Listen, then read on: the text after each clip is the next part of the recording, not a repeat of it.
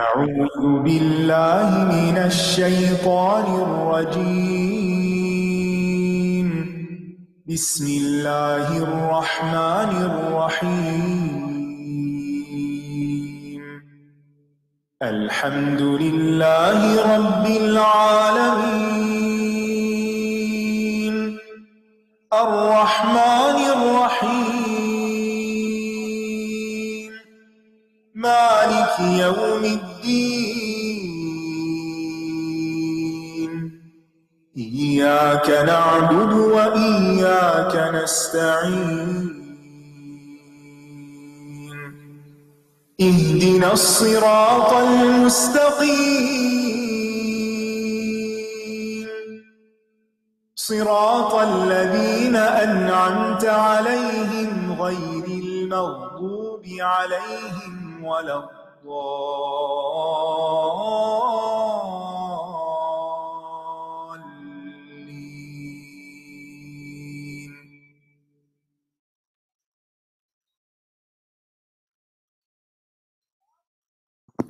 السلام علیکم ورحمۃ اللہ وبرکاتہ۔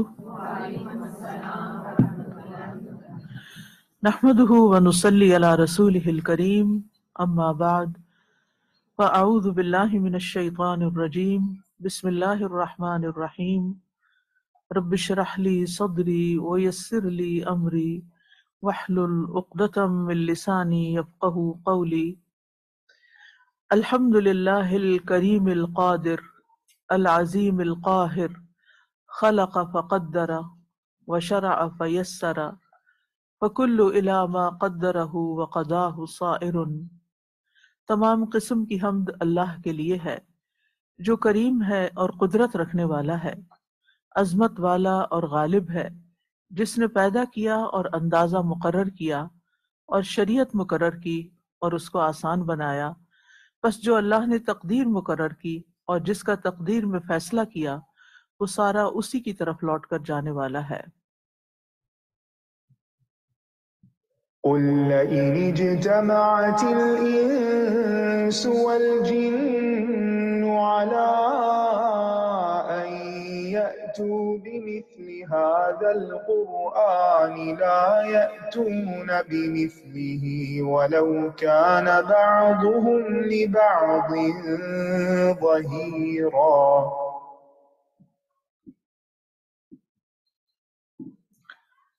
ہم پڑھ رہے تھے علم تفسیر کے بارے میں۔ کل کے سبق کا خلاصہ ہے کہ تفسیر کا معنی ہم نے پڑھا کہ یہ فا سین را سے ہے، فسر یفسر تفسیر، جس کا معنی ہوتا ہے ظاہر کرنا، کھولنا، کھول کر بیان کرنا۔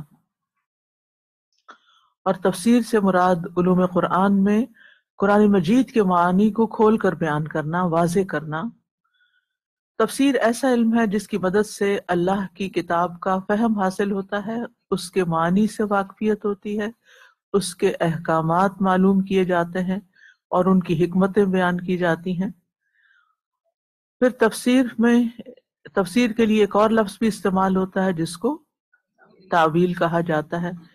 تعویل اول سے نکلا، اول یؤول تعویل، جس کا معنی ہے ایسی حقیقت کی طرف رجوع کرنا، واپس لانا یا اس کی طرف لوٹانا جس کی طرف کلام اشارہ کر رہا ہو۔ تعویل اور تفسیر ہم معنی ہے۔ علماء کی اکثریت کا اس بات پر اتفاق ہے کہ دونوں ایک ہی معنی میں استعمال ہوتے ہیں، کیونکہ قرآن و سنت میں تفسیر کی جگہ تعویل کا لفظ بھی استعمال کیا گیا ہے۔ اس علم کی بہت اہمیت ہے۔ تعویل کا علم ایک بیش بہا علم ہے۔ اللہ تعالیٰ نے یوسف علیہ السلام کو تعویل الاحادیث کا علم عطا کیا تھا۔ ابن عباس کے لیے رسول اللہ صلی اللہ علیہ وسلم نے دعا فرمائی تھی کہ اللہم فقہہ فی الدین وعلمہ التأویل۔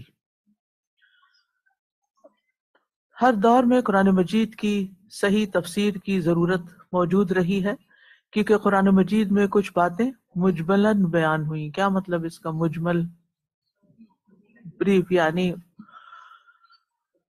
کمپریہنسو، جن کی وضاحت کے لیے تفسیر بہت ضروری ہے۔ اس کے علاوہ قوانین اور احکام کی تفصیل، حدود و قیود اور ان کا نفاذ اسی صورت میں ممکن ہے جب ان کی صحیح تفسیر بیان کی جائے، تبھی امپلیمنٹ ہو سکتا ہے۔ اجمی لوگ چونکہ عربی زبان اور ادب سے ناواقف ہوتے ہیں، اس لیے ان کے لیے خاص طور پر تفسیر کی ضرورت اور بھی بڑھ جاتی ہے، تاکہ کتاب الہی کے احکامات اور الفاظ کو سمجھنے اور ان پر عمل کرنے کے لیے ان کی صحیح رہنمائی ہو سکے۔ یہ تھا کل کے سبق کا خلاصہ۔ اب ہم صفحہ نمبر 266 سے شروع کریں گے۔ تفسیر قرآن کی شرائط۔ قرآن پاک میں بغیر کسی علم کے بات کرنے میں سخت وعید کے باوجود بھی اگر کوئی جرات کرتا ہے تو علماء تفسیر نے مفسر کے لیے کچھ شرطیں عائد کی ہیں تاکہ جو تفسیر کرنا چاہے وہ اس وعید سے نکل آئے اور اہل تفسیر میں اس کا شمار ہو۔ کیونکہ قرآن مجید کا معاملہ ہے نا، تو اپنی مرضی سے تو اس میں باتیں نہیں کر سکتے، تو اس لیے علماء نے شرائط بتا دی، اصول بتا دیے، اور اس پہ کتابیں لکھی ہیں باقاعدہ اصول التفسیر کے نام سے، تاکہ لوگوں کو بات سمجھ آئے۔ تعجب اس بات پر نہیں کہ کوئی مفسر بن جائے، بلکہ تعجب اس بات پر ہوتا ہے کہ اللہ تعالیٰ کے کلام کے بارے میں ہر کوئی اپنی عقل کے مطابق باتیں کرنے لگے یا اپنی خواہشات کے مطابق باتیں کرنے لگے۔ حیرت ہوتی ہے کہ اللہ کے کلام میں کس طرح زبان چل جاتی ہے۔ کون ہے آج جو کسی بھی آیت کی تفسیر کے لیے طرح طرح کی باتیں کر جاتا ہے، مگر یہی آیت ابو بکر رضی اللہ عنہ پر پیش کی جاتی ہے تو وہ یہ فرماتے ہیں، ایو ارض تقلنی و ایو سماء تظلنی اذا قلت فی القرآن برأیی او بما لا اعلم۔ کون سی زمین مجھے برداشت کرے گی، کون سی زمین میرا بوجھ اٹھائے گی، اور کون سا آسمان مجھے سایہ دے گا؟ یعنی میں پھر کہاں جاؤں گا اگر میں قرآن کریم کے بارے میں اپنی رائے دوں؟ یعنی نہ مجھے آسمان کی پروٹیکشن ملے گی اور نہ زمین میں کوئی پناہ کی جگہ ملے گی اگر میں نے قرآن مجید میں اپنی مرضی سے باتیں کی، اور وہ کہوں جو میں جانتا ہی نہیں، بغیر علم کے بات کرنا، یہ بہت خطرناک بات ہے۔ مفسر القرآن بن جانا ہر ایک کا حق نہیں ہے اور نہ ہی ہر ایک کے لیے مناسب ہے۔ قرآن پاک کی تلاوت کرنا سب کا حق ہے، مگر تفسیر قرآن کرنا ہر ایک کا حق نہیں۔ جیسے میڈیکل کی کتب ہر کوئی پڑھ سکتا ہے، مگر ہر کوئی پڑھنے کے بعد مریضوں کا علاج معالجہ شروع نہیں کر دیتا۔ اور اگر میڈیکل کی پوری کتابیں نہ بھی پڑھی جائیں تو آج کل آپ دیکھیں کہ ٹوٹکے کے نام سے کتنی چیزیں عام ہوئی ہوئی ہیں نا، اور اگر آپ باقاعدہ کسی معالج کے تحت علاج کروا رہے ہیں اور آپ ان سے پوچھیں کہ یہ ٹوٹکا مجھ پہ فٹ آتا ہے تو وہ الٹا آپ سے ناراض ہوں گے کہ ہر چیز ہر ایک کے لیے نہیں ہوتی۔ لیکن ہم جو کچھ سنی سنائی باتیں ہوتی ہیں جو کہیں پڑھتے ہیں وہ پھر ان کو اختیار کر لیتے ہیں، اور بعض اوقات فائدے کی بجائے الٹا نقصان ہونے لگتا ہے، کچھ لوگوں پہ تکا چل بھی جاتا ہے۔ تو بہرحال یہ تو دنیاوی معاملات ہے، لیکن دین کے معاملے میں انسان کو بہت ہی محتاط ہونے کی ضرورت ہے۔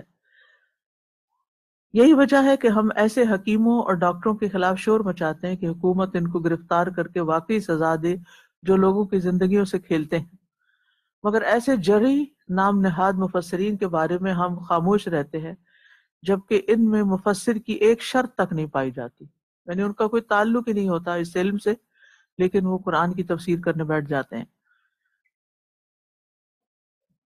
تفسیر کی اقسام۔ موجودہ دور میں تعلیم کی غرض سے بعض جامعات کہتے ہیں یونیورسٹیز کو، بعض یونیورسٹیز میں تفسیر کی تقسیم دو طرح سے کی گئی ہے، جہاں اسلامک اسٹڈیز پڑھایا جاتا ہے یا اصول الدین پڑھایا جاتا ہے۔ جدید تقسیم، مشہور تقسیم۔ جدید تقسیم کے مطابق تفسیر کی 3 اقسام ہیں۔ نمبر 1، تفسیر تحلیلی۔ تحلیل کیا ہوتا ہے پہلے تو یہ بتائیں مجھے۔ تحلیل نفسی کبھی پڑھا ہے سائیکالوجی میں؟ تحلیل نفسی ہاں؟ نہیں، اینالائز کرنے کو کہتے ہیں، انالیٹیکل سٹڈیز ہوتے ہیں۔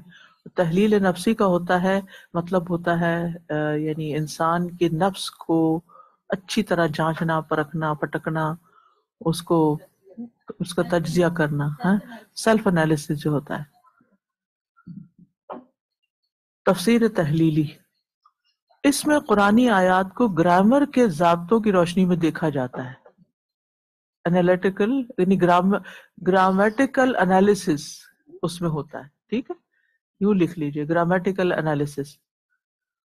اور صرفی اور نحوی مباحث سے، صرف کیا ہوتی ہے؟ جو فعل سے متعلق ہوتی ہے. ٹھیک ہے، اور نحو جو اعراب وغیرہ سے متعلق ہوتی ہے. مباحث یعنی عام بحث، وہ نیگیٹو سینس میں بحث نہیں، یعنی اس میں جو ڈسکشن. صرفی اور نحوی، جی جیسے یہ مباحث ہیں، صرفی اور نحوی مباحث سے قرآنی آیات اور الفاظ کا تجزیہ کیا جاتا ہے. اسے حقیقتاً تفسیر نہیں کہا جا سکتا، کیونکہ تفسیر کی لغوی اور اصطلاحی دونوں تعریفات اس پہ پوری نہیں اترتی. نہ اس سے احکام پتہ چلتے ہیں، نہ اس سے کلام کی حکمتیں پتہ چلتی ہیں، نہ فہم آتا ہے. یہ صرف الفاظ کے ساتھ وہ الفاظ کا جائزہ لیا جاتا ہے کہ وہ کون سا لفظ کس طرح استعمال ہوا ہے. نمبر 2، تفسیر. اتنی بات سمجھ آ گئی؟ تفسیر تحلیلی کیا ہوتی ہے؟ گرامیٹیکل تفسیر. بس سمجھ آئی؟ نمبر 2، تفسیر موضوعی. اس قسم میں ایک ہی موضوع سے متعلق، یعنی سبجیکٹ، موضوع کہتے ہیں سبجیکٹ، ایک ہی سبجیکٹ سے متعلق قرآنی آیات کو جمع کر کے ان کی تفسیر کی جاتی ہے. یعنی ایک آیت ایک جگہ آتی ہے قرآن مجید میں، آپ دیکھیں گے کہ ہر بات کم از کم 2 بار کہی گئی ہے، الا ماشاء اللہ. بعض اوقات تو آیات بالکل ایک دوسرے سے ملتی جلتی ہوتی ہے، بعض اوقات تھوڑا تھوڑا فرق ہوتا ہے، اور بعض اوقات 2 سے کہیں زیادہ دفعہ اسی موضوع کی آیت آتی. تو اب مفسر کیا کرتا ہے کہ ان ساری آیتوں کو ایک جگہ اکٹھا کر لیتا ہے، اور پھر اس سے ایک پوری پکچر بنائی جاتی ہے، یعنی بات سمجھی جاتی ہے. جی ہاں، جیسے فقہ القلوب میں ہوتا ہے عام طور پہ، جیسے احکام کی آیات کو اکٹھا کر کے ان کی تفسیر کرنا. اسی طرح ایمانیات، آیات توحید، آیات اخلاق، آیات معاشرت، آیات معیشت وغیرہ، یعنی سبجیکٹ کے لحاظ سے آیتیں اکٹھی کریں. آپ نے کوئی کتابیں اردو میں یا انگلش میں دیکھی ہوگی جہاں انہوں نے انڈیکس سا بنایا ہوتا ہے کہ قرآن میں مثلاً آسمان کا ذکر کہاں کہاں آیا، تو وہ ساری آیتیں آسمان سے متعلق اکٹھی کی ہوئی ہوتی ہیں. یا اسی طرح ایمان سے متعلق آیتیں کون سی ہیں، توحید کی آیات، اخلاق کی آیات، تو پھر لوگ کیا کہتے ہیں، ان کو اٹھا کے مضمون بنا لیتے ہیں. نمبر 3، تفسیر مقارن. مقارنہ کس کو کہتے ہیں؟ کمپیریزن کو کہتے ہیں مقارنہ، کمپیریزن. تفسیر مقارن اس قسم میں قرآن مجید کی بعض مخصوص آیات کو لے کر مختلف مفسرین کی لکھی ہوئی تفسیری آراء کا باہمی موازنہ کیا جاتا ہے. یعنی ایک مفسر نے اس بارے میں کیا کہا، دوسرے نے کیا کہا، تیسرے نے کیا کہا، تو ان کو کمپیئر کیا جاتا ہے کہ سب ایک ہی بات کہہ رہے ہیں یا کچھ مختلف کہہ رہے ہیں. سمجھ آ گئی؟ جن میں بنیادی طور پر ان آیات کے بارے میں ہر مفسر کے عقیدہ، مذہبی میلان یعنی فقہی رجحان، اور اس کے موقف اور دلائل کو سمجھا جاتا ہے. یعنی اس کا پوائنٹ آف ویو، موقف کا مطلب ہوتا ہے پوائنٹ آف ویو، اور دلائل کو سمجھا جاتا ہے. تو 3 ہو گئی نا، تحلیلی، موضوعی اور مقارن. یہ باقاعدہ ان کے سیمپل پڑھائے جاتے ہیں یونیورسٹی میں. جس یونیورسٹی میں میں پڑھاتی تھی اس میں جو تفسیر کا شعبہ تھا، ڈپارٹمنٹ آف تفسیر، اس میں اسٹوڈنٹس کو مفسرین کی یہ تفسیروں کے کچھ چیپٹرز پڑھائے جاتے ہیں، یہ سیمپل دکھائے جاتے ہیں. آپ کے پاس ٹائم نہیں ہے نا. مشہور تقسیم کے مطابق بھی تفسیر کی 3 اقسام ہیں. نہ ہم دن بڑھا سکتے ہیں، نہ ٹائم بڑھا سکتے ہیں، تو پھر جو ہے اسی پر وہی کافی فی الحال کے لیے. مشہور تقسیم کے مطابق بھی تفسیر کی 3 اقسام ہیں. یہ مشہور تقسیم ہے. اوپر ہم نے کون سی پڑھی؟ جدید تقسیم جو ہوئی. اب یہ مشہور تقسیم. نمبر 1، تفسیر بالماثور. ماثور کا لفظ اثر سے ہے. اثر کہتے ہیں روایت کو، روایات کی روشنی میں، احادیث کی روشنی میں. ماثور کا لفظ اثر سے ماخوذ ہے، جس کا مطلب ہے اسلاف کا، یعنی پائس پریڈیسیسرز کا وہ تفسیری منہج یعنی طریقہ کار جو آثار یعنی آیات، احادیث اور اقوال صحابہ سے لیا گیا ہو. اسے تفسیر بالروایا یا تفسیر منقول بھی کہتے ہیں. کیا کہتے ہیں؟ تفسیر منقول. روایت یعنی روایات سے تفسیر کرنا، اور منقول یعنی نقل. نقل سے مراد ہے، یا ایک نقل اور عقل جو دو بتائے تھے نا میں نے. نقل ہوتا ہے کسی ٹیکسٹ سے کوئی چیز نقل کرنا، کاپی کرنا، لینا وہاں سے، اور عقل ہوتا ہے اپنی عقل استعمال کرنا، اپنی رائے دینا، خود سے کرنا. اس کی دو قسمیں ہیں. نمبر ایک، وہ تفسیر جس میں صحت اور قبولیت کے بکثرت دلائل ہوں. یعنی اس کی دو قسمیں پھر آگے تفسیر بالمعصور کی. نمبر ایک، جس میں صحت سے مراد انسانی ہماری صحت نہیں بلکہ حدیث کی یا روایات کی صحت، اوتھینٹسٹی. تفسیر جس میں اوتھینٹسٹی اور قبولیت یعنی ایکسپٹنس کے بکثرت دلائل ہوں، ان کو ایکسپٹ کیا جا سکتا ہو. نمبر دو، وہ تفسیر جس میں صحت اور قبولیت کے دلائل بکثرت نہ ہو، یعنی لکھنے والے نے ہر چیز کٹھی کر کے رکھ دی ہے، نہ دیکھا صحیح ہے یا نہیں ہے، ضعیف ہے یا کیا ہے، بس لکھ دیا، سب جمع کر دیا. ہر طرح کے شان نزول کی احادیث بھی، اور روایات بھی، اور ہسٹری سے بھی، اور بنی اسرائیل سے بھی. اور اس کا سبب مذاہب باطلہ کا وضعی اور انحرافی کردار. مذاہب باطلہ یعنی مسلمانوں کے درمیان شروع میں کچھ ڈیوینٹ سیکٹس بن گئے تھے. مذاہب باطلہ سے مراد ڈیوینٹ سیکٹس. ٹھیک ہے. وضعی یعنی انہوں نے فیبریکیٹڈ، اور انحرافی یعنی جو اصل سے پھرے ہوئے، مین سٹریم سے ہٹے ہوئے. سمجھ آ گئی ان کا انحرافی کردار. نیز اصحاب رسول کے اقوال کا بلا سند روایت ہونا، یعنی صحابہ سے باتیں منقول ہیں، یہ صحابہ نے کہا لیکن سند کوئی بھی نہیں، جس سے روایت خلط ملط ہو گئی، مکس اپ ہو گئی چیزیں. اور صحیح وغیر صحیح میں تمیز کرنا، یعنی اس کو ڈسٹنگوش کرنا مفسر کے لیے مشکل ہو گیا. اس لیے ایسی تفسیر کو قبول نہیں کیا جاتا، اور نہ ہی کوئی پایا کا مفسر اسے سوائے تحقیق کرنے یا اس کی دلالت سے آگاہ کرنے کے بیان کرے گا. کیا ہوگا پھر؟ یعنی ایسی تفسیر ہم قبول نہیں کریں گے. کون سی؟ جس کا سبب یعنی وہ لکھی کیوں گئی؟ کیونکہ انہوں نے اپنے ڈیوینٹ سیکٹ کو پروموٹ کرنا تھا. ٹھیک ہے. اس لیے انہوں نے حدیثیں گھڑی، فیبریکیٹ کی. رائٹ. اور پھر ایسے ایسے اقوال لکھے جن کی کوئی سند ہی کوئی نہیں. کیوں وہ لکھے؟ تاکہ وہ اپنے آپ کو یعنی اسٹرینتھن کر سکے اپنے نقطہ نظر کو. رائٹ. اور جس سے عجیب و غریب باتیں وجود میں آ گئی. مانی اپنی مرضی سے کی، اور اس کو اپنی مرضی کا مطلب دینے کے لیے روایتیں بھی گھڑ لی، جھوٹ موٹ گھڑ لیا. بالکل. اور اوتھینٹک حدیث کی ہیلپ سے ہونی چاہیے، تو انہوں نے اوتھینٹک کو معیار نہیں بنایا، بلکہ اپنی جب ان سے سند مانگی گئی اس کی اوتھینٹسٹی پروو کرنے کے لیے اس کی انالیسس کیا گیا، تو اس کا تو کوئی اصل ہی نہیں تھی. اور پھر یہ کہ ایسی تفسیر میں صحیح اور غیر صحیح کے درمیان فرق کرنا بہت مشکل ہوتا ہے، اور اس لیے ایسی تفسیر کو قبول بھی نہیں کیا جاتا پھر، اور نہ ہی ایسی تفاسیر پھر پڑھنی چاہیے اور نہ استعمال کرنی چاہیے کہ جن کے سورسز ہی اوتھینٹک نہیں. یہ بات آپ کو اچھی طرح سمجھ آنی چاہیے. بعض اسٹوڈنٹس کو شوق ہوتا ہے ہم آگے پڑھائیں، بہت اچھی بات ہے.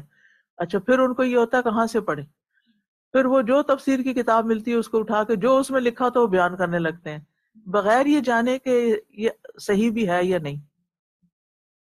تو پہلے یہ دیکھنا چاہیے کہ لکھنے والا کون ہے، کس فرقے سے تعلق رکھتا ہے، کیا اس کا مذہب تھا، مذہب سے مراد سیکٹ،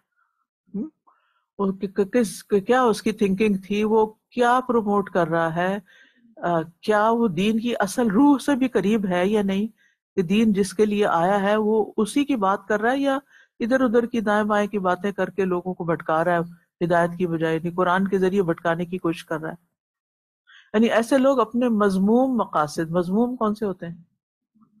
مذمت کیے ہوئے، یعنی بدترین مقاصد کے لیے قرآن کو استعمال کرتے ہیں. ہر طرح کے لوگ ہوتے ہیں نا، اللہ سے نہیں ڈرتے. اور چونکہ لوگوں کے اندر الحمدللہ ایک چیز، امت کا جتنا بھی حال خراب ہے نا، لیکن ایک چیز میں آپ دیکھیں گے کہ قرآن کی محبت، نبی صلی اللہ علیہ وسلم کی محبت کوٹ کوٹ کے بھری ہوئی ہے. یعنی اگر تھوڑا سا بھی ایمان باقی ہے نا کسی میں، تو ان دو چیزوں پہ کمپرومائز نہیں کرتے. اگر کوئی قرآن کی بے حرمتی کرے یا کوئی اس کی کرے، نبی صلی اللہ علیہ وسلم کے بارے میں کچھ کہے، ٹھیک. تو اس سے پتہ چلتا ہے کہ کچھ تو ایمانی غیرت باقی ہے. اور جن کے اندر کوئی ایمان نہیں نا، وہ الٹا باتیں بناتے ہیں کہ یہ ہر ایک کو آزادی خیال ہے، جو مرضی کوئی کسی کے بارے میں. نہیں، اللہ اور اس کے رسول اور اس کی کتاب کے بارے میں ہم اپنے آزادی خیال کو نہیں ایکسرسائز کر سکتے اور نہ ہی کرنا چاہیے، کیونکہ ہمارے نزدیک اللہ سبحانہ تعالیٰ العظیم ہے، الکبیر ہے، العلی ہے، الحکیم ہے. تو ہم کون ہیں؟ ہم کیا ہیں؟ کیا ہمیں اگر اتنا یاد رہے نا ہماری اصل کیا ہے، اور ہم ایک کریشن ہے اور کمزور ہیں، اور ہمارے مقابلے میں اللہ سبحانہ تعالیٰ، تو ہم کبھی ایسی باتیں نہ کریں. We are nothing. لیکن ہم جب کسی تکبر کا شکار ہو جاتے ہیں نا اور اپنی عقل کو بڑی چیز سمجھنے لگتے تو پھر کسی کو بھی معاف نہیں کرتے. اور یہ بڑا ہی ظلم ہے، اپنے اوپر بھی اور لوگوں پر بھی، کیونکہ خود تو گمراہ ہوتے ہیں، اوروں کو بھی ساتھ کرتے ہیں. پھر ایسی کتابیں لکھنے بیٹھ جاتے ہیں جس سے لوگ بھٹک جاتے ہیں، جن کو پڑھ کے. تفسیر بالماثور کے بنیادی مصادر یہ ہیں. بالماثور یعنی جو روایات سے تفسیر کی جاتی ہے اس کے پرائمری سورسز. بنیادی مصادر کا مطلب ہوتا ہے پرائمری سورسز. نمبر 1، تفسیر قرآن از قرآن. قرآن کی تفسیر قرآن سے، اس لیے کہ قرآن اپنی تفسیر خود کرتا ہے. القرآن یفسر بعضہ بعضا، یعنی قرآن کا ایک حصہ اگر مجمل ہے تو دوسرا حصہ اس کی تفسیر کرتا ہے. مجمل کیا ہے؟ یعنی جس میں معنی گتھے ہوئے ہیں، یعنی کھلے ہوئے نہیں ہیں، مختصراً بات کی گئی ہے. جیسے میں نے مثال دی تھی نا کہ سورت جو ہے القمر میں جو حضرت نوح کا واقعہ اور سورت نوح میں، ان دونوں میں بہت فرق ہے. یا سورت ہود میں ایک میں اجمالاً بس ذکر کیا گیا ہے اور پھر دوسری جگہ ڈیٹیل ہے اس کی، یہ سب ہوا کیسے. جہاں اختصار ہے، بریوٹی ہے، تو دوسرا مقام اس کی تفصیل بیان کرتا ہے. یہ طریقہ سب سے زیادہ مؤثر اور بہترین ہے. وجہ یہ ہے کہ یہ اللہ تعالیٰ کا کلام ہے، وہی زیادہ بہتر جانتا ہے کہ اس کی مراد کیا ہے. اگر وہ اس مراد کو قرآن مجید میں ہی دوسرے مقامات پر واضح فرما دے تو پھر آخر اسے کیوں نہ ترجیح دی جائے. یعنی اگر ایک مقام پر اللہ تعالیٰ نے ایک بات کو بس صرف ٹچ کیا ہے، مختصراً بیان کیا ہے، تو اس کا مطلب کیا ہے وہ جاننے کے لیے خود قرآن سے کیوں نہ پہلے رجوع کیا جائے کہ دوسری جگہ اس کی کیا ڈیٹیل آئی ہے، وہاں چیک کر لیا جائے، نہ کہ اپنی عقل سے اس کے کچھ من خود ساختہ مطلب بنانے شروع کر دیے جائیں.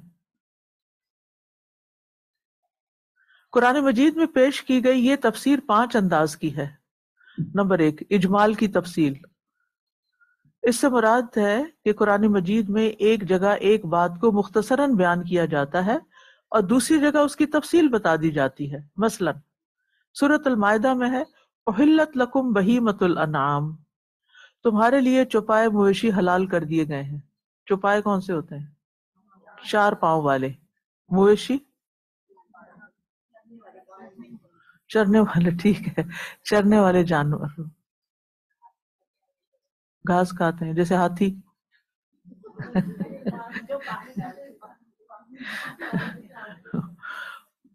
مویشی جو ہے نا، انعام جو ہے، انعام عربوں میں گائے، بھینس، اونٹ، بکری، بھیڑ کو کہتے ہیں. بس ڈومیسٹک اینیمل جو ہوتے ہیں نا، جی فارم اینیمل، جی جی بالکل فارم اینیمل. تو احلت لکم بہیمۃ الانعام، یہ ایک مجمل آیت ہے جس میں حرام کیے ہوئے جانوروں کی تفصیل نہیں ملتی. اس آیت کی تفسیر ایک اور آیت میں اس طرح بیان ہوئی ہے حرمت علیکم المیتۃ. اب اوپر بہیمۃ الانعام حلال ہے، لیکن کیا حرام ہے؟ میتہ والدم، ترجمہ کریں، والدم اور خون، ولحم الخنزیر وما اہل لغیر اللہ بھی، جس پر غیر اللہ کا نام لیا گیا ہو، ٹھیک ہے. والمنخنقۃ، گلا گھونٹ کے مرنے والی. والموقوذۃ، نہ نہ نہ چوٹ کھا کے. وقذا کا مطلب ہوتا ہے مارنا، کہ چوٹ لگانا کسی کو. اگر آپ روٹ کا مطلب آپ جانتے ہو نا، پھر ترجمے میں غلطی نہیں ہوتی. والمتردیۃ، اوپر سے گرنے والی. والنطیحۃ، نطح کہتے ہیں سینگ کو، سینگ کھا کے مرنے والی. وما اکل السبع، جس کو درندے کھا جائیں، درندے نے پھاڑ کھایا ہو. الا ما ذکیتم، سوائے اس کے جسے تم نے زندہ پا کے ذبح کر لیا ہو. وما ذبح علی النصب، اور جو کسی آستانے پہ ذبح کیا گیا ہو. وان تستقسموا بالازلام، اور یہ کہ تم 500 کے ذریعے قسمت معلوم کرو، یہ کام بھی حرام ہے. ذالکم فسق، تو پامسٹری پھر حلال ہے. اگر 500 سے قسمت کا حال معلوم کرنا غلط ہے، تو پھر کسی بھی طریقے سے، چاہے وہ کافی کا کپ ہو. کچھ لوگ اس قسم کے حربے بھی کرتے ہیں، وہ اس سے بھی پتہ نہیں کیا کیا بتاتے ہیں. جی جی، اس سے کچھ قسمت کے حال بتا. ہاروسکوپ، ہاروسکوپ ہوتے ہیں. اور کون سے طریقے ہوتے ہیں؟ فارچون کوکیز، ہاں اس میں ٹھیک ہے. نمبروں سے بھی کرتے ہیں، یس. نقش بھی بناتے ہیں کوئی اور. تو کارڈز، جی. تو کسی بھی طریقے سے قسمت کا حال نہیں معلوم کرنا چاہیے. یہ غیب کی خبریں ہیں، اللہ کو پتا ہے. بس اچھی دعا کرنی چاہیے، ٹھیک ہے. تو یہ بھی کیا ہے؟ حرام ہے. حرمت علیکم ذالکم فسق، اور یہ سب گناہ کے کام ہے، ٹھیک ہے. تو اوپر کون سے حلال جانور ہیں، نیچے بتا دیا گیا کہ حلال جانوروں میں سے بھی اس طرح اگر کچھ استعمال کیا تو وہ حرام ہوگا. اسی طرح یہ آیت کے الا ان اولیاء اللہ لا خوف علیہم ولا هم یحزنون، خبردار، بے شک اللہ کے دوستوں پر نہ کوئی خوف ہوگا اور نہ وہ غمگین ہوں گے. یہ اولیاء اللہ کون ہے؟ کیونکہ ہمارے اندر، جیسے میں ابھی آپ سے پوچھوں اولیاء اللہ کون ہے، تو آپ کے ذہن میں کیا آتا ہے؟ جن کی کوئی کرامات ہوتی ہیں اور بہت نیک لوگ ہوتے ہیں، وہ خاص اسپیشل قسم کے، دنیا سے کنارہ کش کیے ہوئے، ایسا ہی ہے نا. یعنی دنیا سے ان کو کوئی لین دین نہیں ہوتا، نہ وہ صحیح کپڑے پہنتے ہیں، ملنگ ٹائپ ہوتے ہیں، نہ وہ کھاتے پیتے، فقیر ہوتے ہیں، دنیا سے نکل جاتے ہیں. جو اور کس کو کہتے ہیں؟ مجنونوں کو بھی کہتے ہیں جن، جی یہی ہے نا ہمارے معاشرے میں، یہی کنسپٹ ہے نا، یہ اولیاء اللہ ہیں، ٹھیک. اور سب سے زیادہ تو یہ کہ ان کی کچھ کرامتیں ہوتی ہیں. وہ کتابیں پڑھیں نا آپ اولیاء اللہ کی، وہ باتیں لکھی ہوگی جو کسی کی سمجھ میں نہ آئے، تو حیرت ہوتی ہے. پتہ نہیں لوگ یقین کیسے کر لیتے ہیں. لیکن قرآن نے کیا بتایا کہ اولیاء اللہ کون ہے؟ اس کی تفسیر اللہ تعالیٰ نے اگلی آیت میں بتا دی. الذین آمنوا وکانوا یتقون، یہ ہیں اولیاء اللہ، وہ جو ایمان لائے اور اللہ کا تقوی کرتے ہیں. تقوی کیا ہوتا ہے؟ ہر حال میں یہ یاد رکھنا کہ اللہ دیکھ رہا ہے، اللہ سن رہا ہے. ٹو بی گاڈ کانشیس جس کو کہتے ہیں. تو یہ بعض اوقات پہچانے نہیں جاتے، وہ لوگوں کے بیچ میں ہی ہوتے ہیں، انہیں جنگل میں جانے کی نہیں ضرورت ہوتی، وہ لوگوں کے بیچ میں ہی رہ رہے ہوتے ہیں، لیکن ان کے دل اللہ سے ہر وقت جڑے ہوئے ہوتے ہیں. وہ ہر چیز میں اللہ سبحانہ وتعالیٰ کی طرف رجوع کرتے ہیں، وہ اللہ سے محبت کرتے ہیں، اور اللہ کی محبت میں وہ کام کرتے ہیں جو چاہے ان کے نفس کے خلاف ہو، چاہے دنیا کے خلاف ہو، اس کی پرواہ نہیں کرتے. وہ یہ دیکھتے ہیں کہ میرا رب یہ پسند کرتا ہے، لہٰذا وہ کر جاتے ہیں چاہے لوگ ان کی مخالفت کرتے رہیں. اور اسی طرح وہ اللہ کے ڈر سے وہ کام چھوڑ دیتے ہیں جو اللہ تعالیٰ کو پسند نہیں ہے.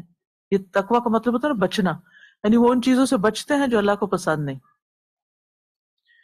نمبر 2، الفاظ کی تفسیر، ورڈ انالیسز اور الفاظ کی ڈیٹیلز، اور اس کے ساتھ ساتھ مزید قرآن سے ہی اس کی تفسیر ہونا. اس سے مراد ہے قرآن میں پائے جانے والے مفرد الفاظ کی تفسیر چند دوسری آیات سے ہو.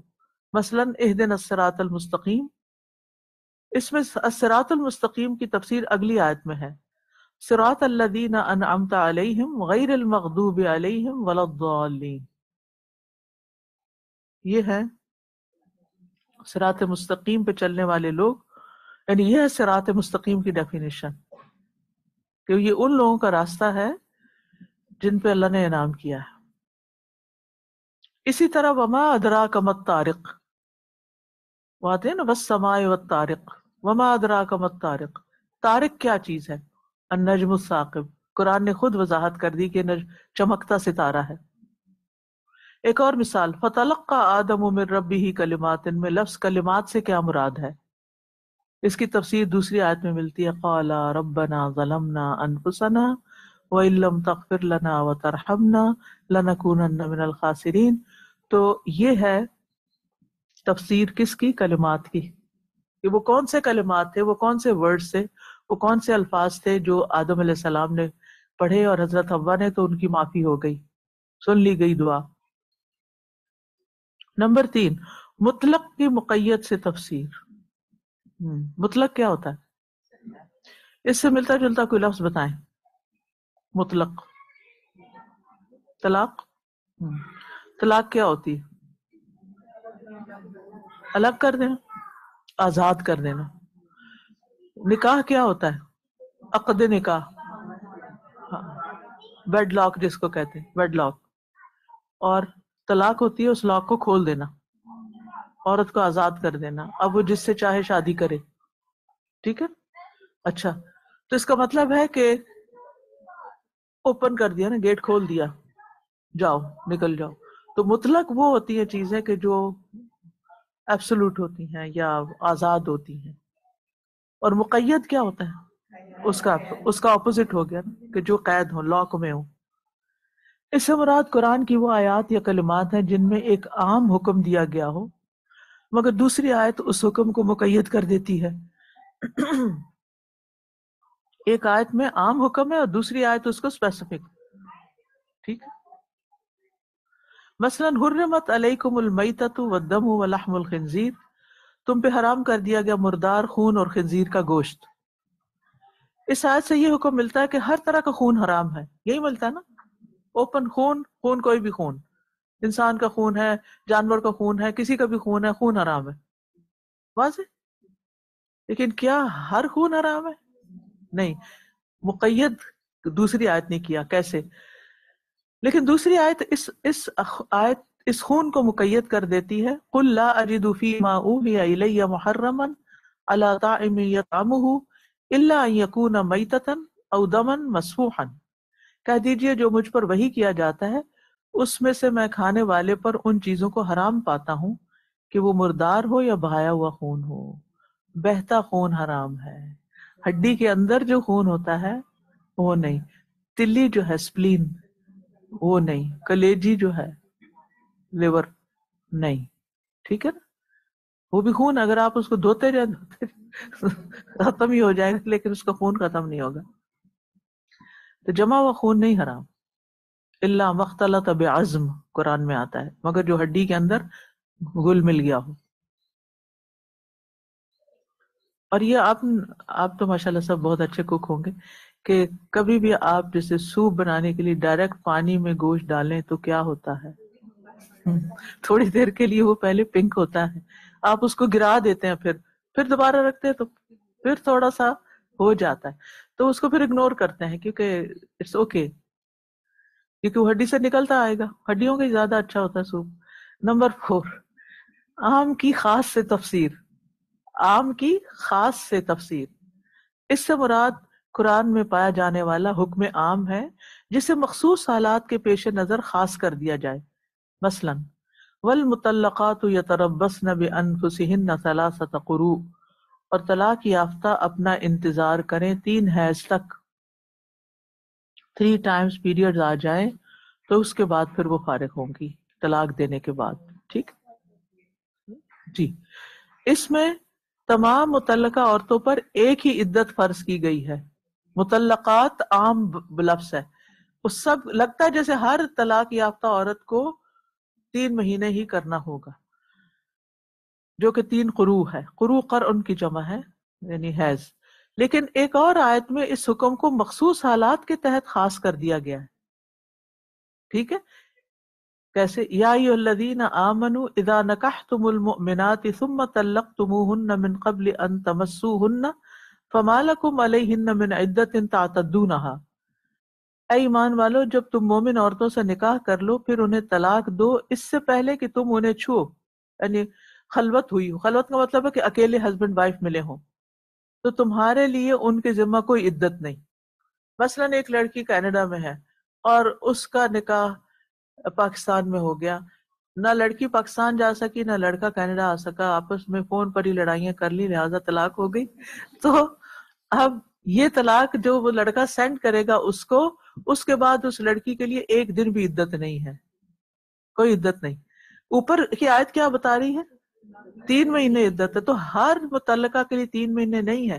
اگر صرف پیپر ورک ہوا ہے اور ابھی کنزومیشن نہیں ہوئی تو عدت کوئی نہیں ہوگی. ٹھیک ہے؟ ہاں، رخصتی کے بعد طلاق ہو تو پھر تو 3 مہینے عدت ہوگی.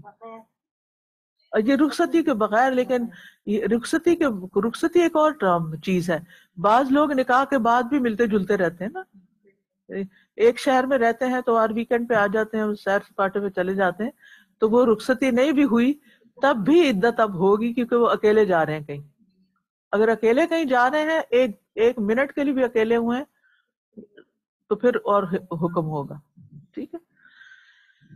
اس آیت نے پہلے حکم کو چند مخصوص حالات کے پیش نظر خاص کر دیا. پہلا حکم عام تھا اور دوسرا حکم خاص ہے، اور بتایا کہ وہ عورتیں جن کو ہاتھ لگانے سے پہلے ان کے شوہر طلاق دے دیں تو ان کے ذمہ کوئی عدت نہیں ہے. نمبر 5، ان آیات کو جمع کر کے تفسیر کرنا جن میں اختلاف کا وہم ہو کہ یہ کنٹراڈکٹ کر رہی ہیں.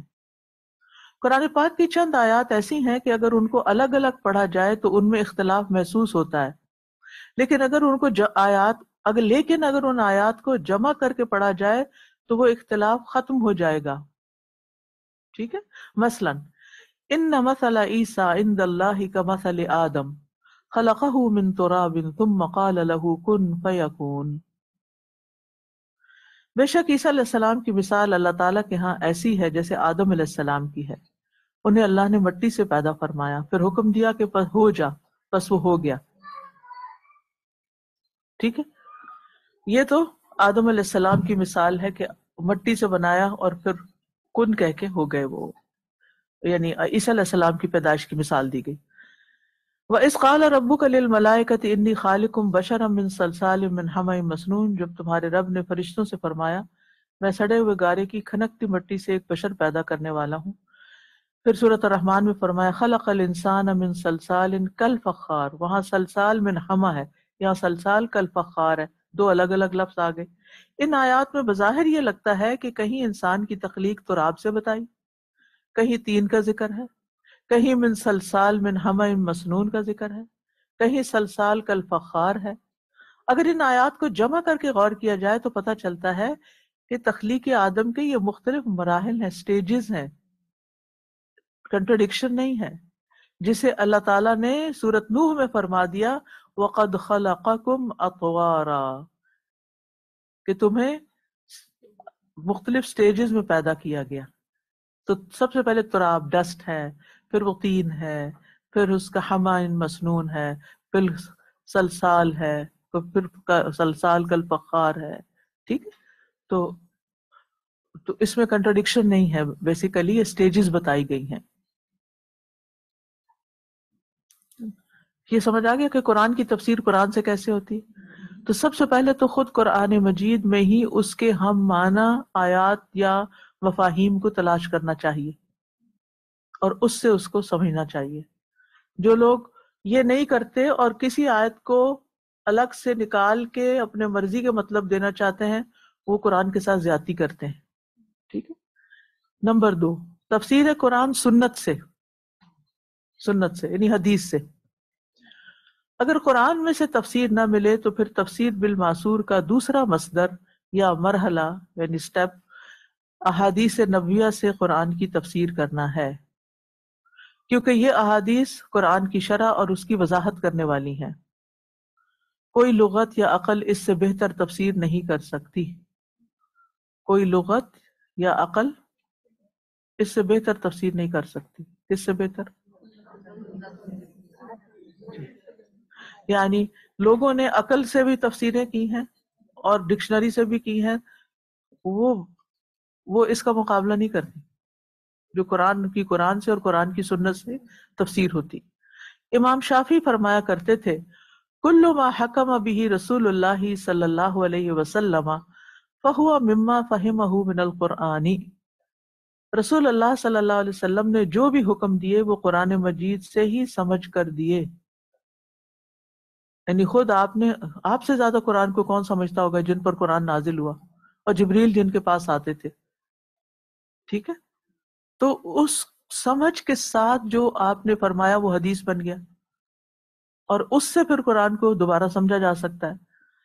قال اللہ تعالی، اللہ تعالیٰ کا فرمان ہے انا انزلنا الیک الکتاب بالحق لتحکم بین الناس بما اراک اللہ ولا تکن للخائنین خصیما۔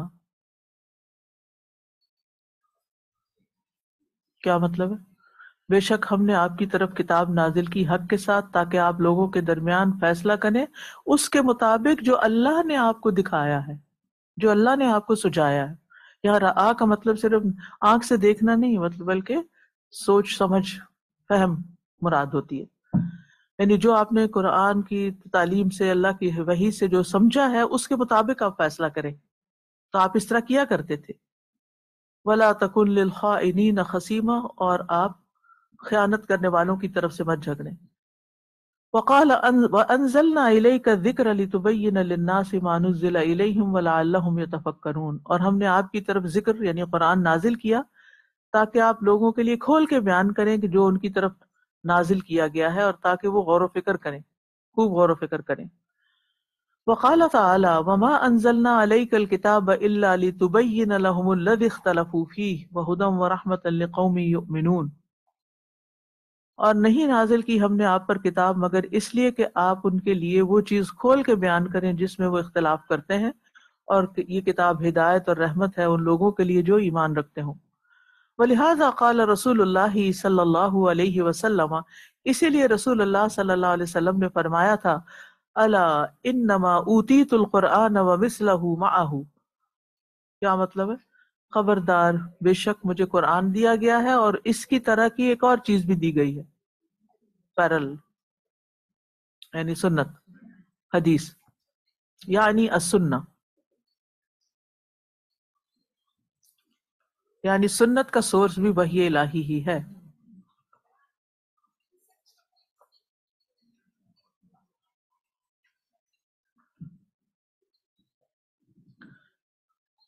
رسول اللہ صلی اللہ علیہ وسلم نے جو بھی حکم دیے وہ قرآن مجید سے ہی سمجھ کر دیے۔ یہ سب ہو گیا نا؟ یہ دوبارہ آ گیا ہے نہیں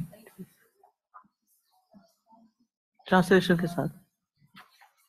اسی لیے تو آپ نے فرمایا تھا، یہ میں دوبارہ نہیں پڑھ رہی ہوں، اسی لیے تو آپ نے فرمایا تھا بے شک میں کتاب اور اس جیسی ایک اور چیز بھی دیا گیا ہوں یعنی سنت، کیونکہ اپنی زبان میں بھی لکھی ہوئی کتب اہل زبان کو سمجھ نہیں آتی، ٹھیک ہے نا؟ کچھ کتابیں ایسی ہوتی ہیں کہ وہ استاد کے بغیر نہیں سمجھ آتی۔ محض زبان کی معرفت کافی نہیں ہوتی، محض یعنی صرف زبان کی معرفت کا نام فہم نہیں ہوتا کہ لینگویج کوئی آتی ہے تو آپ کو ساری باتیں سمجھ آ گئی، بلکہ الفاظ کے معنی کی بحث اور توضیح بھی، توضیح کا مطلب وضاحت، بحث، ڈسکشن، اور یہ ایسی وہ بھی چیز ہے جو اللہ تعالیٰ کتاب کے درجہ اور قوت تعلیف کے مطابق ہی افراد کو عطا کرتا ہے، یعنی یہ بھی اللہ تعالیٰ کسی کسی کو عنایت کرتا ہے، جتنا اس کا کتاب کا فہم ہوتا ہے یا اس کو لکھنے پڑھنے کی صلاحیت ہوتی ہے، قوت تعلیف۔ ورنہ عدی بن حاتم رضی اللہ عنہ بھی اہل زبان تھے لیکن روزے سے متعلق سیاہ اور سفید دھاگے کا مطلب نہ سمجھ سکے، ٹھیک ہے۔ جبرائیل علیہ السلام کا قرآن کی تفسیر لے کے اترنا۔ حسان بن عطیہ فرماتے ہیں رسول اکرم صلی اللہ علیہ وسلم پر قرآن کریم کی وحی نازل ہوتی، پھر جبریل امین قرآن کی تفسیر کے لیے آپ کی خدمت میں سنت لے کے حاضر ہوتے۔ نبی اکرم کو مبعوث فرمانے کا ایک مقصد یہ بھی تھا کہ آپ قرآن کی تشریح و تفسیر بیان کریں۔ تفسیر و تشریح کا یہ طریقہ بتانا بھی اللہ تعالیٰ نے اپنے ذمہ لیا تھا، ثم ان علینا بیانہ، یعنی بیان تفسیر و تشریح یا سنت و حدیث کی صورت میں آپ پر نازل ہوتا تھا جیسے قرآن نازل ہوتا تھا۔ فرق اتنا تھا کہ قرآن کی تلاوت کی جاتی تھی جبکہ سنت کی تلاوت نہیں کی جاتی۔ اس لیے قرآن کریم میں اگر تفسیر نہ ملے تو سنت ہی سے تفسیر کو لینا چاہیے، یعنی قرآن کے بعد سب سے پہلے کس کی طرف رجوع کرنا چاہیے؟ سنت کی طرف، قرآن کو سمجھنے کے لیے۔ ایک اور جگہ فرمایا هو الذی بعث فی الامیین رسولا منہم یتلو علیہم آیاتہ ویزکیہم ویعلمہم الکتاب والحکمۃ وان کانوا من قبل لفی ضلال مبین۔ وہی تو ہے جس نے ان پڑھ لوگوں میں ایک رسول انہی میں سے بھیجا جو ان پر اس کی آیات تلاوت کرتا ہے اور انہیں پاک کرتا ہے، انہیں کتاب و حکمت کی تعلیم دیتا ہے، اگرچہ لوگ اس سے قبل کھلی گمراہی میں تھے۔ ٹھیک ہے، یہ آپ کے فرائض منصبی ہیں۔ فرائض منصبی سے مراد رسول ہونے کی حیثیت سے آپ کی ڈیوٹیز، جیسے عام الفاظ میں ہم کہتے ہیں جاب ڈسکرپشن، کہ کیا کیا کام کرنا ہے، آپ کو بھیجا جا رہا ہے، آپ کو کیا کیا کرنا ہے۔ تو رسول کا مطلب ہے بھیجا ہوا، اللہ نے ان کو بھیجا لوگوں کی ہدایت کے لیے، اس کے لیے انہوں نے کرنا کیا ہے؟ یہ 4 کام کرنے ہیں۔ آپ کی ذمہ داریوں میں قرآن سکھانا بھی ہے۔ یہ وہ ذمہ داریاں ہیں جو تلاوت کتاب، تعلیم کتاب، تعلیم سنت، تزکیہ نفس کی صورت میں آپ کی تھیں، جنہیں آپ نے احسن طریقے سے نبھایا۔ بالخصوص تعلیم قرآن کی بھاری ذمہ داری کو آپ نے خوب ادا کیا۔ مثلا للذین احسنوا الحسنى وزیادہ، سورۃ یونس کی للذین احسنوا الحسنى وزیادہ، سورۃ یونس کی آیت ہے جس کا مطلب ہے جنہوں نے نیکی کی ان کے لیے حسنہ ہے، یعنی بھلائی ہے اور زیادہ بھی ہے۔ بروایت ابو موسیٰ اور ابی بن کعب رسول اکرم صلی اللہ علیہ وسلم نے زیادہ کی تفسیر کرتے ہوئے فرمایا اس سے مراد اللہ تعالیٰ کے چہرے کی طرف دیکھنا ہے۔ یہ تفسیر ابن ابی حاتم میں آیا اور تفسیر ابن جریر میں یہ حدیثیں آئی ہیں۔ ٹھیک، تو یہ وضاحت کس نے کی؟ زیادہ کی ایکسپلین کس نے کیا؟ خود نبی صلی اللہ علیہ وسلم نے۔ صحیح مسلم میں صہیب بن سنان رسول اللہ صلی اللہ علیہ وسلم سے روایت کرتے ہیں کہ آپ صلی اللہ علیہ وسلم نے فرمایا پھر حجاب کھول دیا جائے گا، یعنی اسی آیت کی تفسیر ہے۔ کس کا حجاب؟ اللہ تعالیٰ۔ اور اہل جنت اپنے رب کی طرف نظر اٹھا کر جو لذت اور خوشی محسوس کریں گے اس سے بڑھ کر انہیں کوئی چیز محبوب نہ ہوگی۔ پھر آپ نے یہی آیت تلاوت فرمائی۔ اللہ ہمیں ان لوگوں میں شامل کر دے۔ اسی طرح یہ ارشاد بَأَعِدُّوا لَهُم مَّا اسْتَطَعْتُم مِّن قُوَّةٍ، اس آیت کی تفسیر میں آپ نے فرمایا قوت سے مراد رمی ہے۔ رمی کیا ہوتا ہے؟ پھینکنا، کسی چیز کو پھینکنا، تیر اندازی، تیر پھینکنا۔ اور پھر آج کے دور میں میزائل بنانا یا کوئی میزائل سازی یا کوئی بھی ایسی چیز جو دشمن کو نشانہ بنانے والی، نشانہ بنانا۔ رمی کا مطلب پھینکنا، جیسے گولی پھینکنا، بلٹ پھینکنا، ہاں ڈرون پھینکنا، جی ہاں۔ شیطان کو جو کنکری ماری اس کو بھی رمی جمار کہتے ہیں نا۔ رمی کا لفظی مطلب ہے پتھر پھینکنا۔ رمی کا مطلب وما رمیت اذ رمیت ولکن اللہ رما، قرآن مجید میں آتا ہے۔ قرآن پاک میں بیشتر احکام اجمالاً بیان ہوئے ہیں، مثلا روزہ، زکوٰۃ، حج وغیرہ، جبکہ احادیث میں ان کی وضاحت کی گئی ہے، مثلا وَأَقِیمُوا الصَّلَاةَ وَآتُوا الزَّکَاةَ۔ پھر عبادات کے طریقے کی تعلیم۔ آپ صلی اللہ علیہ وسلم نے نماز کے بارے میں ارشاد فرمایا صلوا کما رأیتمونی اصلی، نماز اس طرح پڑھو جیسے مجھے پڑھتا ہوا دیکھتے ہو۔ یہی حال روزہ اور حج وغیرہ کی تفصیلات کا ہے۔ ان توضیحات یعنی وضاحتوں، ایکسپلینیشنز کو لیتے وقت یہ بات مد نظر رکھنی چاہیے کہ صرف صحیح اور حسن احادیث کو لیا جائے اور ضعیف کو شامل نہ کیا جائے، جن میں مراسیل اور منقطع بھی داخل ہیں۔ مراسیل کیا ہوتی ہیں؟ مرسل کی جمع۔ مرسل کیا ہوتا ہے؟ بھیجا ہوا، چھوڑا ہوا۔ ارسل الریاح، جس نے ہواؤں کو چھوڑ دیا، کھول دیا، اب وہ دوڑ رہی ہیں۔ ٹھیک ہے، تو ارسلہ کا مطلب بھیجنا بھی ہوتا ہے اور ارسلہ کا مطلب چھوڑنا بھی ہوتا ہے۔ چھوڑنا اور بھیجنا ملتے جلتے بھی ہیں نا۔ تو مرسل وہ حدیث ہوتی ہے جس میں بیچ میں سے صحابی غائب ہوتا ہے، چین اوپر سے، ٹھیک ہے۔ اسی طرح منقطع بھی کٹی ہوئی. صحابہ رسول نے آپ سے اسی طرح تفسیر سیکھی کہ 10 آیات کا علم اور عمل سیکھنے کے بعد اگلی آیات شروع کرتے. ابن عمر نے سورت بقرہ کو 8 سال میں سیکھا اور یاد کیا. ٹھیک ہے، ہم انتظار کر رہے ہیں کورس کا پورا ہوگا. میں نے ایک تفسیر کی تھی ایک دفعہ کسی ٹی وی اسٹیشن کے لیے سورت البقرہ کی، ہر روز بس ایک آیت کی تفسیر. تو آپ سوچیں کتنے ایپیسوڈ بنے ہوں گے. 286 شاید کہیں کمبائنڈ بھی کچھ کیا ہو، لیکن وہ ایک آیت اتنی لمبی ہو جاتی تھی کہ پورا 20 منٹس 25 منٹس کا ایپیسوڈ بن جاتا تھا. تو اس میں کافی ٹائم کرتے کرتے کافی ٹائم لگ گیا تھا. تو یہ ہے کہ اللہ تعالیٰ آپ کا یہ کورس مکمل کرا دے خیر سے. تو اس کا یہ مطلب نہیں کہ یہ ختم ہو جائے تو پھر قرآن سے واپس یعنی تعلق ختم ہو جائے. پھر اور ڈیپتھ میں جائیں اور ٹائم لگا کے پڑھیں اس کو، تدبر قرآن پڑھیں، غور و فکر زیادہ کریں. اور بس اللہ تعالیٰ یعنی چھوڑے نہیں. لگے نہیں لگے رہے لگے رہے. اتنے رخ ہیں، اتنی چیزیں ہیں. جب میں وہ چیزیں پڑھتی ہوں نا میرا بڑا دل کرتا ہے کہ میں شیئر کروں آپ سے. پھر میں کہتی ہوں ابھی آپ کا لیول بھی نہیں ہے، شیئر کروں تو پھر آپ کو بوجھ لگے گا، پھر کہیں آپ بھاگ نہ جائیں کہ یہ تو مشکل باتیں ہیں. لیکن علماء نے ماشاءاللہ ایسی ایسی محنتیں کی ہیں، ایسے ایسے چیزیں نکالی ہیں کہ عقل دنگ رہ جاتی. قرآن میں اتنا کچھ. پرسوں میں دیکھ رہی تھی ایک ٹیلی گرام پہ ایک چینل ہے روائع البیان القرآنی، یعنی قرآن کے بیان کے عجیب و غریب باتیں. تو اس میں انہوں نے کمپیریزن کیا ہوا تھا حضرت زکریا علیہ السلام کی جو دعا ہے نا سورت مریم میں آتی ہے اور سورت آل عمران میں، اور اس کا حضرت یحییٰ کی جو پیدائش ہوئی، کہ انہوں نے دونوں کو پیرالل آمنے سامنے رکھ کے تو بتایا کہ یہاں کیا الفاظ استعمال ہوئے ہیں، یہاں کیا استعمال ہوئے ہیں.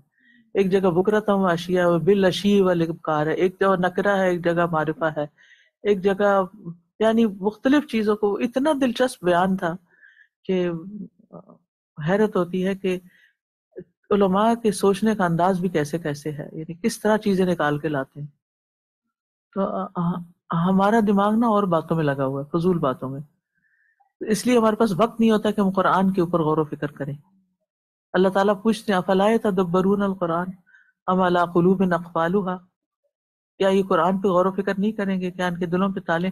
اصل میں نا مشکل یہ ہے کہ ہم نے قرآن کی عظمت کو نہیں پہچانا. اگر ہمارے دل میں یہ بات ہمیں سمجھ آ جائے نا کہ یہ اللہ سبحانہ و تعالیٰ کا کلام ہے اور یہ ایک معجزہ ہے، تو ہم اسے چھوڑے ہی نہ، پکڑ لیں اور اس پر جو بھی وقت لگے اس کو سب سے بیسٹ انویسٹمنٹ سمجھیں اپنی زندگی کی. کیونکہ وہی لوگ اہل القرآن ہوں گے، قیامت کے دن اللہ کے خاص VIP ہوں گے. تو کچھ بھی کریں زندگی میں، انسان کو مختلف ادوار میں بہت سے کام کرنے ہوتے ہیں. قرآن منع نہیں کرتا کہ آپ اپنی ساری مصروفیات چھوڑ دیں اور صرف اس کے ہو جائیں، وہ بھی ہوتے ہیں لوگ، لیکن کچھ نہ کچھ حصہ، کیونکہ کل تو یہی کام آنا ہے. تو عبادات کے جو طریقے ہیں وہ بھی اچھا. ابن عمر نے سورت بقرہ کو 8 سال میں سیکھا اور یاد کیا. یعنی بعد میں آپ یہ پلان کر سکتے ہیں کہ ساتھ ساتھ حفظ کرتے جائیں سورت بقرہ، اور ساتھ ساتھ اس کے میننگ، اس کا ورڈ انالیسز، اس کا روٹس، اس کے گرامیٹیکل انالیسز، اس کی تفسیر، اس سے ملتی جلتی آیتیں قرآن سے ڈھونڈیں، اس سے ملتی جلتی احادیث، یا کسی اور نے یہ کام کیا تو اس کو نکال کے پڑھیں. یہ کیسے ہو سکتا کہ علم طب، حساب اور انجینئرنگ میں جب تک کتب کو اچھی طرح کھنگال نہ لیں وہ آگے نہیں بڑھ پاتے، مگر قرآن کریم کے بارے میں یہ سوچنا کہ صحابہ نے آپ سے اسے معمولی سا سیکھا ہے، جس کی دلیل یہ ہو کہ آپ سے بہت کم تفسیر منقول ہے، تو اس لیے تفسیر پہ توجہ نہ کرنا. یاد رکھیے احکام شرعیہ، ایمانیات اور اخلاقیات کی نبوی تفاسیر کو قبول کرنا فرض ہے، جو ہر تفسیر پر مقدم ہے. مقدم کا مطلب پریفرڈ ہے. امام احمد رحمہ اللہ فرماتے ہیں السنت تفسر القرآن و تبینہ، سنت قرآن کی تفسیر و تشریح کرتی ہے. جیسے غیر المغضوب علیہم سے مراد یہود ہیں اور الضالین سے مراد نصارہ ہیں۔ اقوال صحابہ سے تفسیر، اگر قرآن کریم سے یا سنت رسول سے تفسیر نہ ملے تو پھر صحابہ کے اقوال بھی تفسیر سے لیے جا سکتے ہیں، تفسیر کے لیے لیے جا سکتے ہیں۔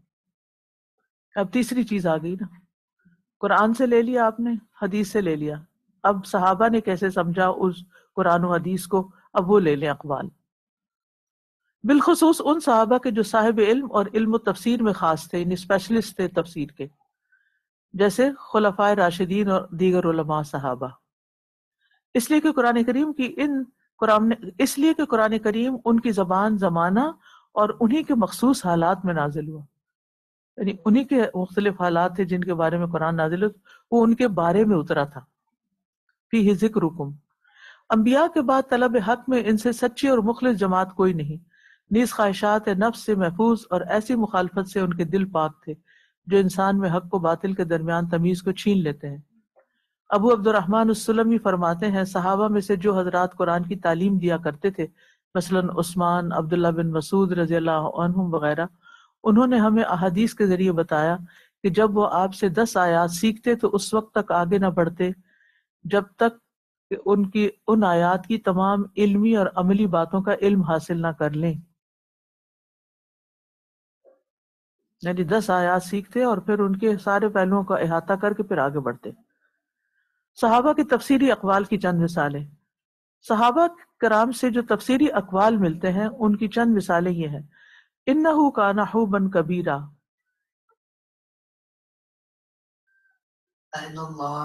اشہد ان محمد رسول اللہ، اشہد ان محمد رسول اللہ، حی علی الصلاة، حی علی الصلاة، حی علی الفلاح، حی علی الفلاح، اللہ اکبر اللہ اکبر، لا الہ الا اللہ۔ لا الہ الا اللہ۔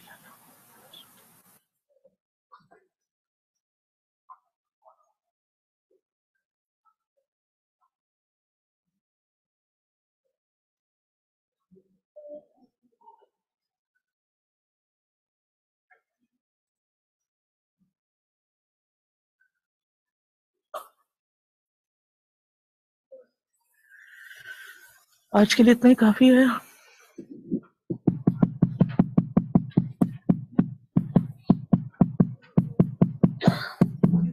آج کے لیے اتنا ہی کافی، کل ہم انشاءاللہ دوبارہ یہاں سے اقوال صحابہ سے تفسیر سے بات شروع کریں گے، کل نہیں، نیکسٹ ویک انشاءاللہ۔ جزاکم اللہ خیرا، سبحانک اللہم و بحمدک، اشہد ان لا الہ الا انت، استغفرک و اتوب الیک۔